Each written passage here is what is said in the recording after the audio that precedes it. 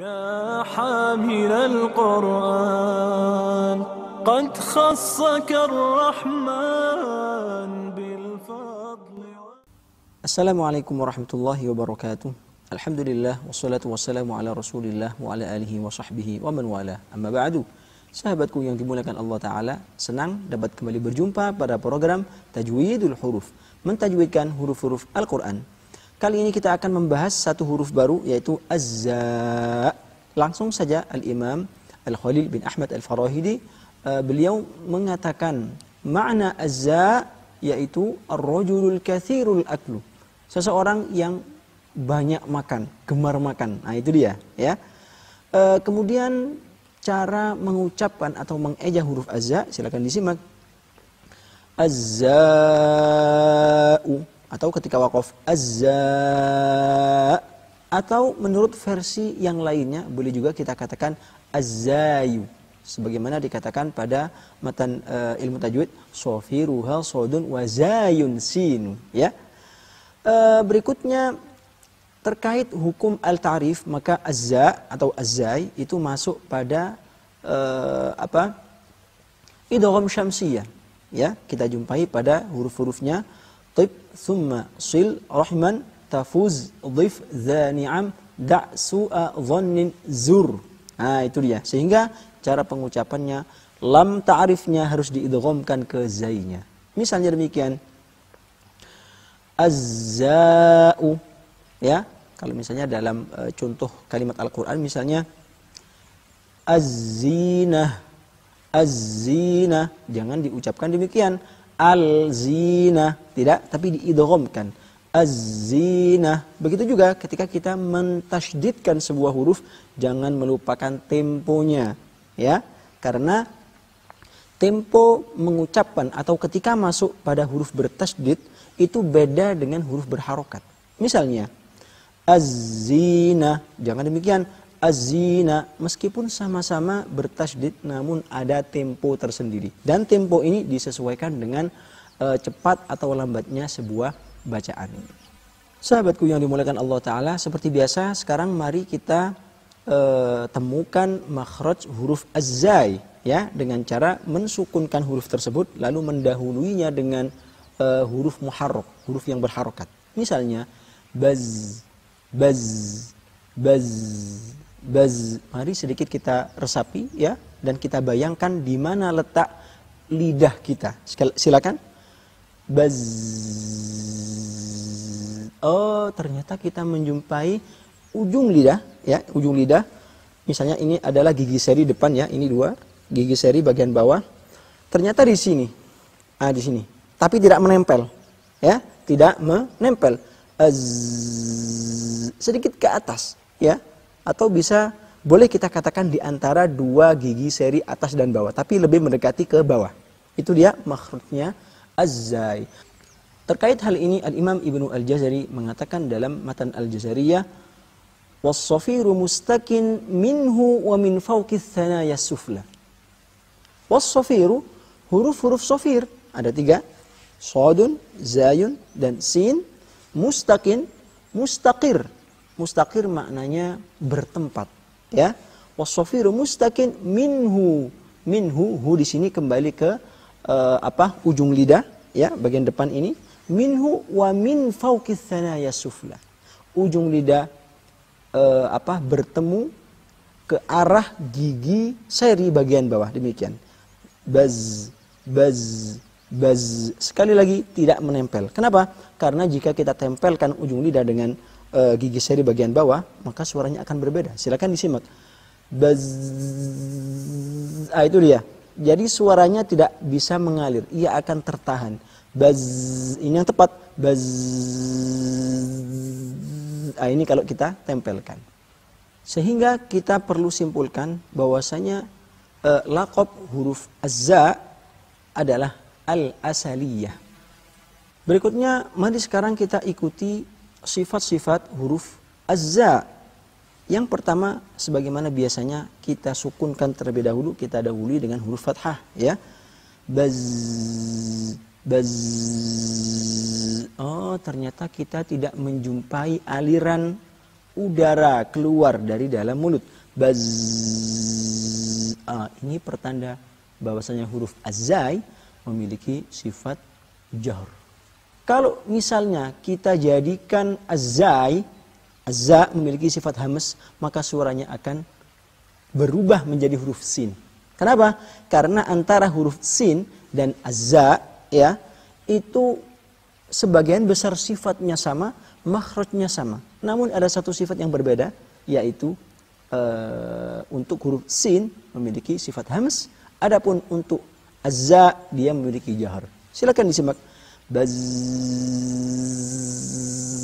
Dia akan ngobos dia. Itulah ya. Pergantian antara az-za ke huruf as-sin. Berikutnya kita cek lagi. Baz. Baz. Kita panjangkan ya supaya kita dapat benar-benar mengetahui apa sih sifatnya. Baz. Ternyata kita mendengarkan suara yang mengalir. Ya. Itu pertanda bahwasanya huruf az-za sifat keduanya adalah ar-rakhawah. Jika kita paksakan ya, huruf az-za kita jadikan memiliki sifat asyiddah, maka suaranya akan demikian. Silakan disimak. Az az az az az bizinati bizina. Demikian suara huruf az-za yang memiliki sifat syiddah, sehingga tidak dibenarkan. Sahabatku yang dimuliakan Allah Ta'ala, sifat za yang berikutnya kembali kita praktekkan lagi ya. Baz, baz. Ketika kita mensukunkan ternyata kita menjumpai kedua bibir kita dalam keadaan melebar atau terbuka ya. Baz, baz, bukan baz, baz, tidak demikian, tapi baz, baz terbuka. Tidak berlebihan, baz, tidak demikian, enggak. Baz, baz.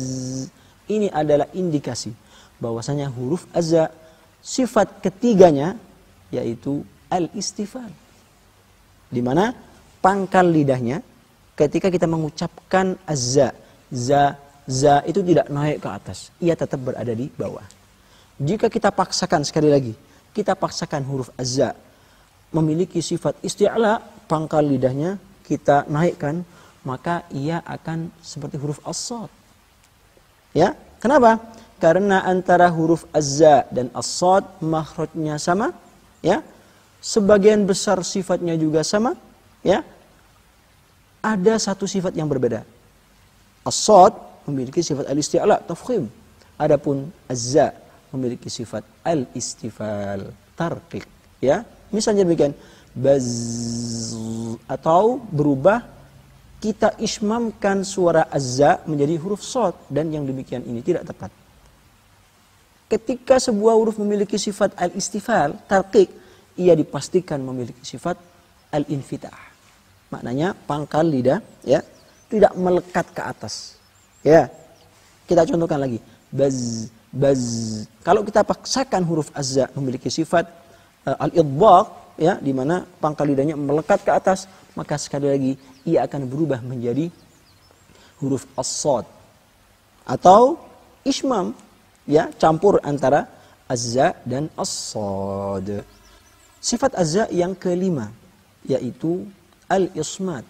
Pada episode-episode yang sebelumnya kita katakan ketika sebuah huruf memiliki sifat al-ismat, maka maknanya huruf tersebut termasuk huruf-huruf yang sulit dalam pengucapannya. Untuk huruf az-za dinilai termasuk huruf-huruf yang sulit dan berat dalam pengucapannya. Makanya dikatakan memiliki sifat al-ismat. Definisi al-ismat yang lainnya bahwasanya di dalam bahasa Arab mustahil sebuah kata yang berbentuk rubai dan khumasi atau sudasi ini seluruhnya terdiri dari huruf al-ismat. Pasti ada satu yang berupa huruf al-izlaq. Pasti ada satu daripada huruf firamil. Pasti itu. Ya. Kecuali satu kata saja di mana huruf-hurufnya terdiri dari huruf al-ismat, yaitu asjad. Asjad. Meskipun demikian terdapat bantahan bahwasanya kalimat asjad ini bukan termasuk kalimat atau kata bahasa Arab. Ia adalah bahasa ajam. Itu dia makna al-ismat. Setelah kita menyebutkan sifat-sifat berlawanan untuk huruf azza, sekarang kita akan sebutkan juga sifat huruf azza yang tidak berlawanan. Bahwasanya huruf azza memiliki satu sifat yang tidak berlawanan, yaitu as-safir. Maknanya suara sweet-sweet, ya, kalau dalam bahasa Indonesia, suara sweet-sweetan mirip suara burung. Misalnya demikian, baz, baz, za, za. Sedikit ada itu dia, ya, namun tidak berlebihan, karena jika suara sweet-sweetan itu berlebihan, maka ia akan beralih ke suara asin. Ya, kalau misalnya huruf azza tidak kita letakkan atau tidak kita tempelkan sifat as-safir ini, maka suaranya akan demikian. Bal bal bal bal wallayyanat. Ini tidak ada sifat safirnya.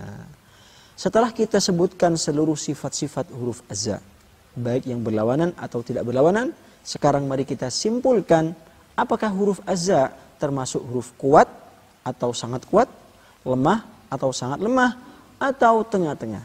Ya, silakan disimak.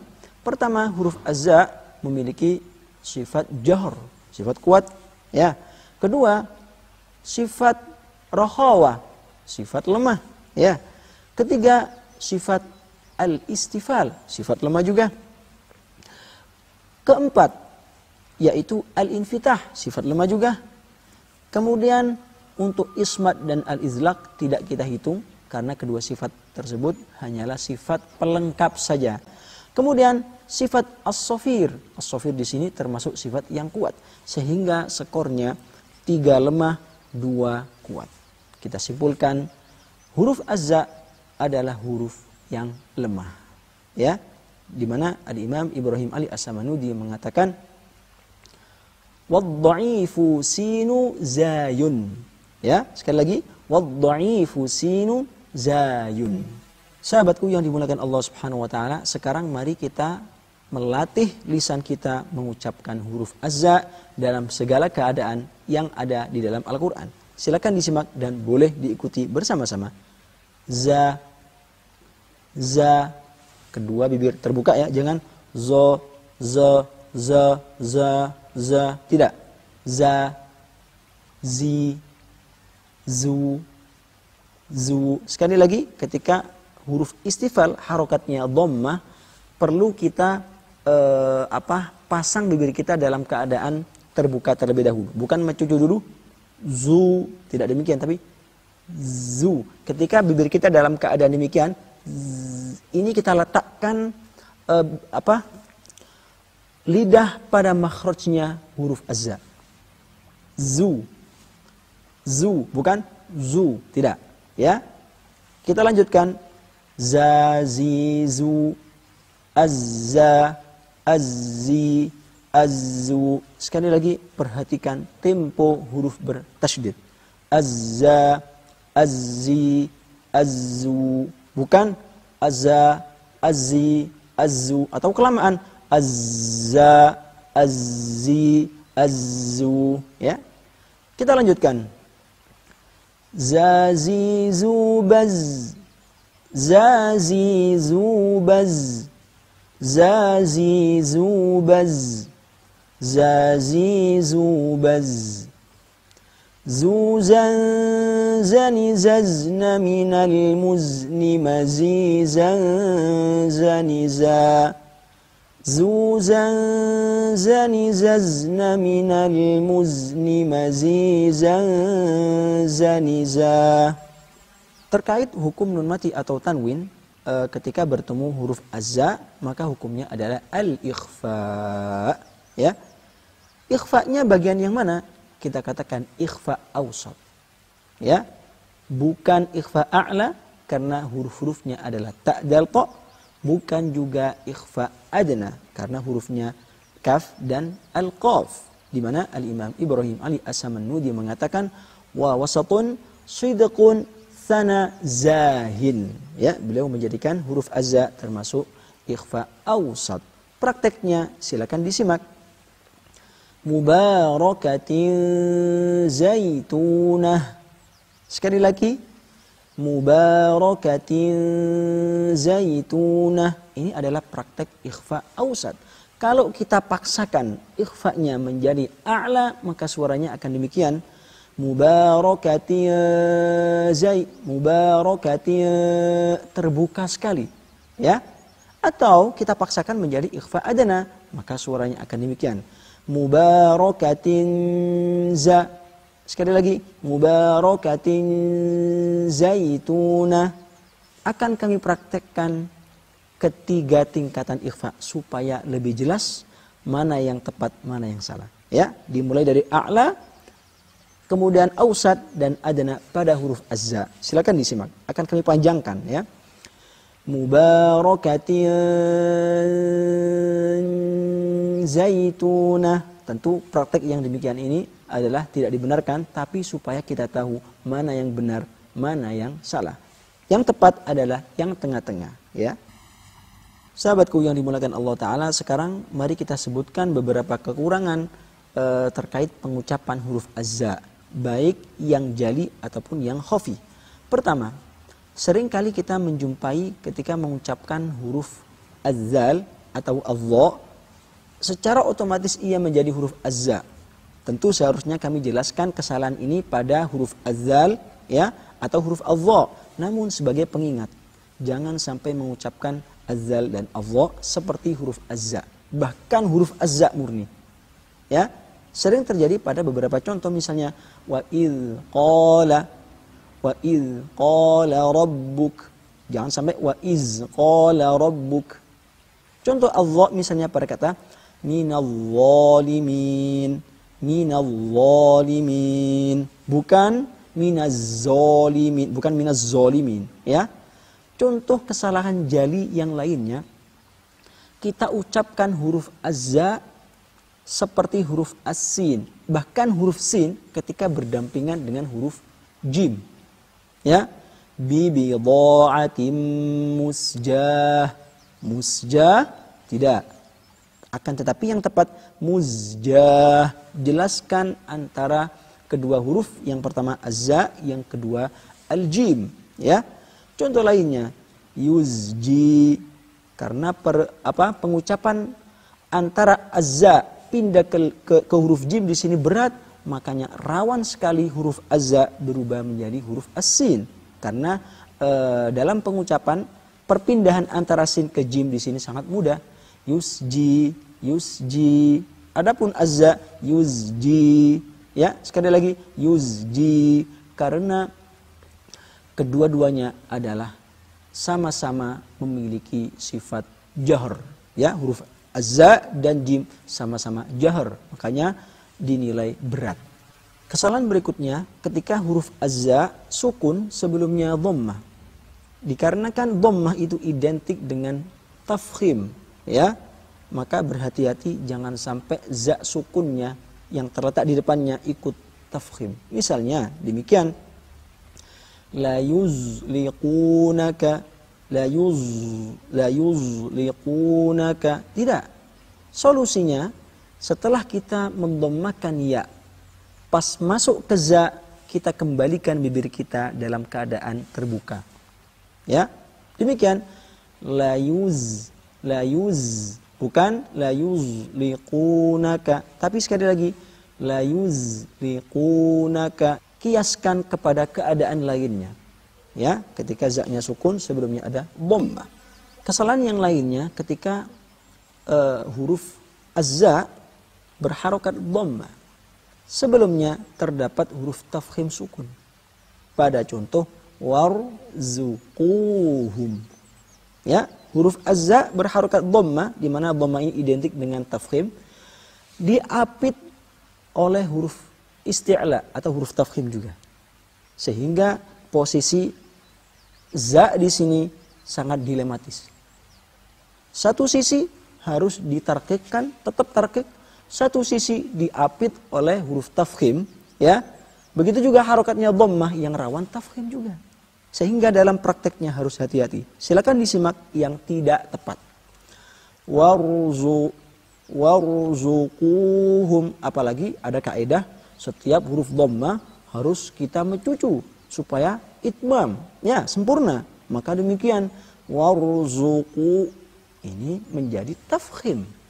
Solusinya dengan tidak terlalu memoncongkan kedua bibir ketika mengucapkan azza dhamma. Demikian warzuquhum, ya, dari tarkik pindah ke tafkhim, ya, pada huruf qaf. Warzuquhum, sekali lagi warzuquhum, bukan warzuquhum. Yang demikian ini adalah tidak tepat. Untuk mendapatkan hasil yang maksimal, tentu kami rekomendasikan untuk mentalaqikan bacaan kita kepada para asatidz yang memiliki sanad muttasil kepada Rasulullah sallallahu alaihi wasallam. Satu lagi terkait kesalahan pada huruf azza. Pada kata zar'un, ya, za-nya fathah. Di depannya terdapat huruf tafkhim ra, sukun. Jangan sampai ikut-ikutan tafkhim juga za-nya. Wa zar'un, demikian. Ini tidak tepat. Wa zar'un wa nakhil. Yang tepat pastikan tarqiqnya dan istifalnya huruf azza. Wa za, wa za, wa zar, wa zar, wa zar'un wa nakhil. Bukan wa zar'un wa nakhil. Demikian pembahasan kita pada edisi Tajwidul Huruf kali ini. Semoga bermanfaat untuk kita semua. Ihdinas siratal mustaqim. Wabillahi taufiq wal hidayah. Waridha wal inayah. Wassalamualaikum warahmatullahi wabarakatuh. يا حامل القرآن قد خصك الرحمن بالفضل والتيجان والروح